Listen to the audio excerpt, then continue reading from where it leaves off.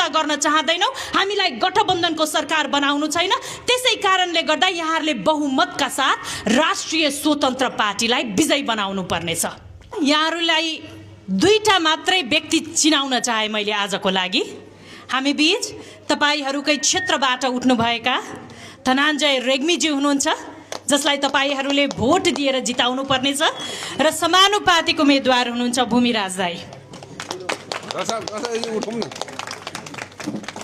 प्रत्यक्ष समानुपातिक है।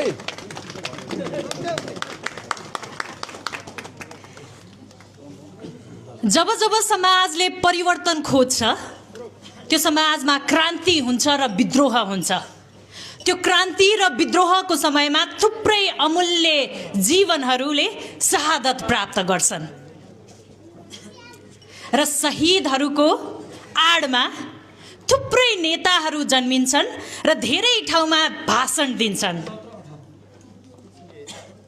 त्यो भाषण दिँदै गर्दाखेरि, नेता बन्दै गर्दाखेरि सोधिनु पर्ने मुख्य प्रश्न चाहिँ हामीले बिर्सिन्छौँ।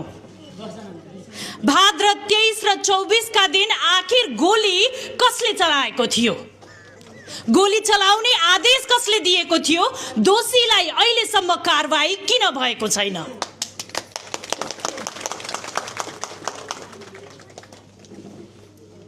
म यहाँ थुप्रै दिदीबहिनीहरू देखिरहेको छु।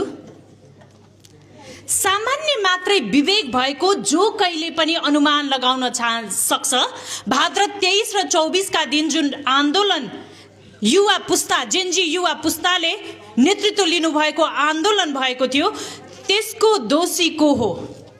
जो कोहीले पनि अनुमान लगाउन सक्छ। तर अझै पनि राजनीतिक भविष्य औचित्य टुङ्गिएकाहरू देशभरि चलिरहेको नीलो क्रान्ति देखेर मुटु थरथर कापिसक्दा पनि भोगटे जस्तो भुक्क फुलेर अहंकारीहरू भनिरहेका छन्, उल्टै हामीलाई देश जलाएको जिम्मा लिनु पर्दैन।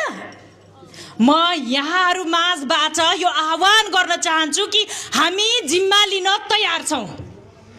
क्रान्तिको जिम्मा हाम्रो भयो, शहीदहरूको सपनाको जिम्मा पनि हाम्रो भयो,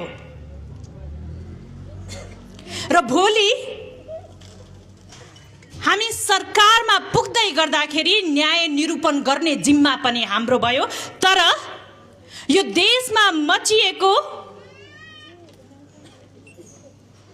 शासन, भ्रष्टाचार, अपराध